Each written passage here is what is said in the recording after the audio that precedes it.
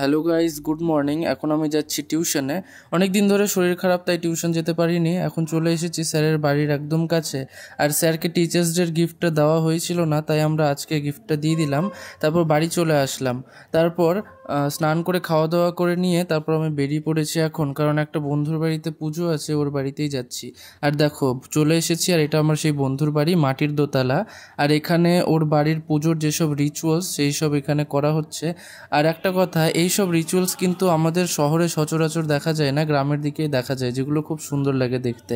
এটা বন্ধুর বাড়ির মায়ের মূর্তি, কেমন লাগছে অবশ্যই